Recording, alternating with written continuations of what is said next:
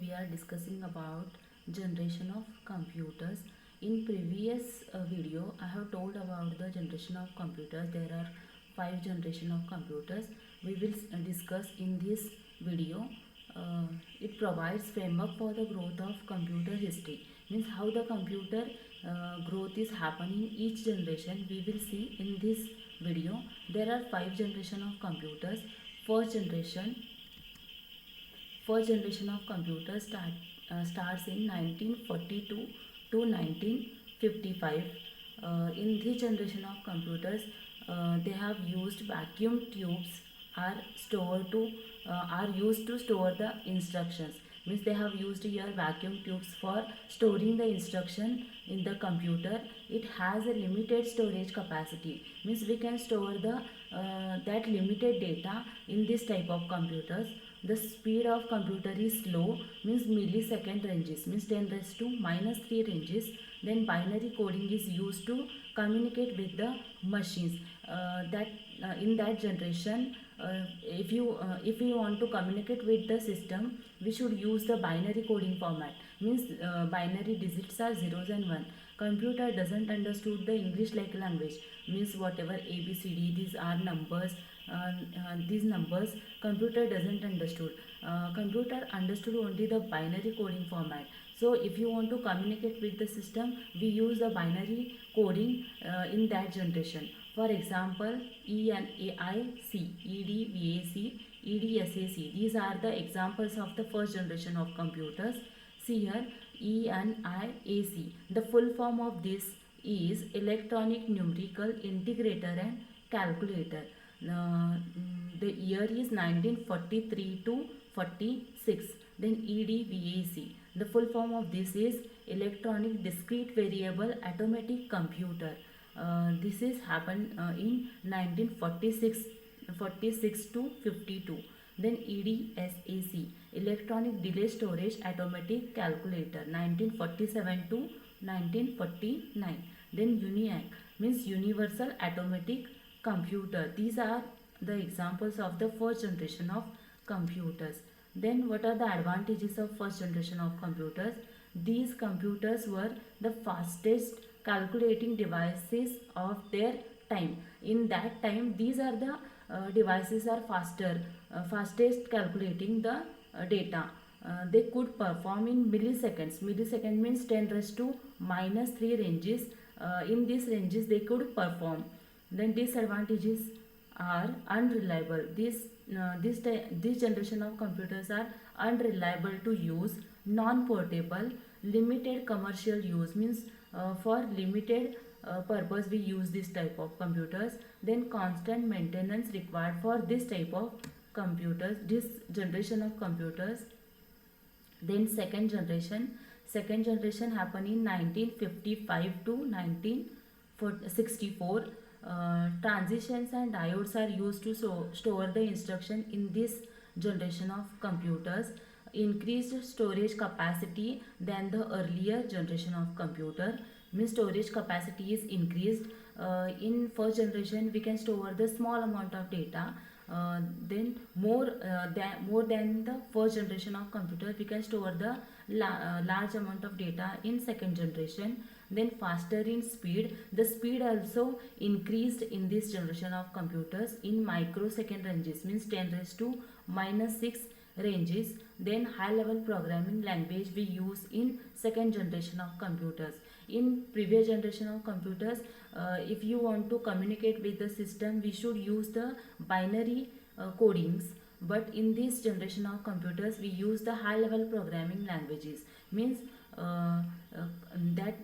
in some changes is happen in this generation of computers, so we can use the high level languages in this generation.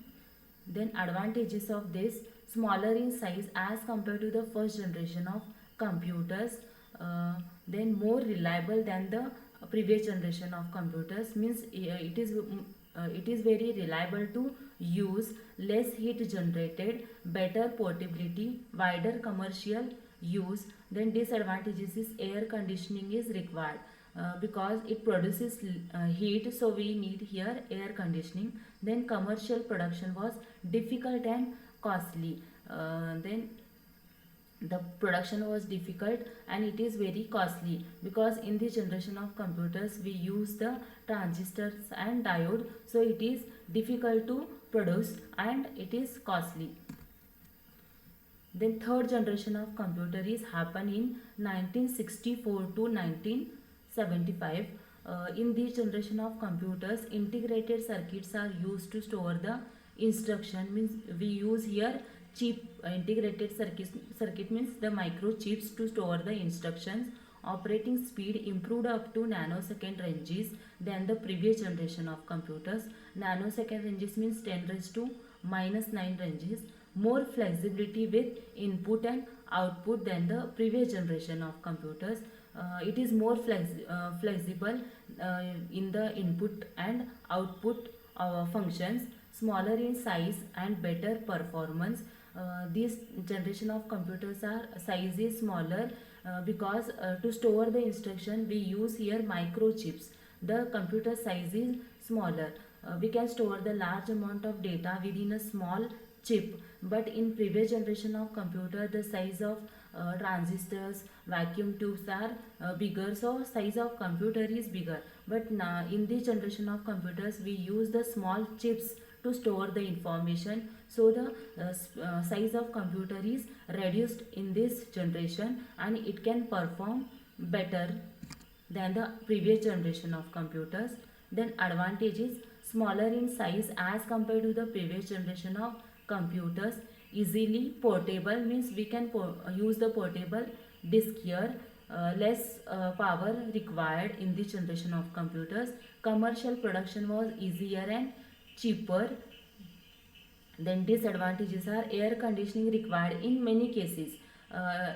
In this generation of computer it generating less heat, produces less heat, so we need air conditioning in some cases. Highly sophisticated technology required for the manufacture of IC chips, means we need here highly sophisticated technology to produce that production of that small microchips, means integrated circuits. Then fourth generation of computer. This generation of computer happens in 1975 to 1985. In this generation of computers we use large scale and very large scale integrated circuits for storing the instructions. The operating speed improved to between nano and picosecond ranges, means picosecond means 10 raised to -12 ranges. Then the internal storage capacity is increased to the range of 1 million positions, means we can store the internal storage is bigger than the previous generation of computer in this generation. Then advantage is very reliable. This type of generation of computer is very reliable to use. No air conditioning required in most cases. Much faster in computation than the other generation of computers. Easily portable because of their small size. The size of computer is very small, so it is very easy to portable. Cheapest among all generation of computers. Then disadvantages are highly sophisticated technology required for the manufacture of large scale integrated chips. So we need here technology is more faster to produce the large scale integrated chips for storing the instructions. Then fifth generation of computer. Fifth generation of computer happens in 1985 onwards. The fifth generation computers are in the development stage. These computers will be use ultra scale large integrated circuits. The software which the fifth generation computers will use will have artificial intelligence. Expert system will become much more sophisticated and popular. From fifth generation till now, the lot more changes is happen in computer generations. Earlier days the size of computer is bigger. Nowadays computer size is smaller. Nowadays laptops are available, means easily we can carry the device from one place to another place. This growth is happen from till this generation.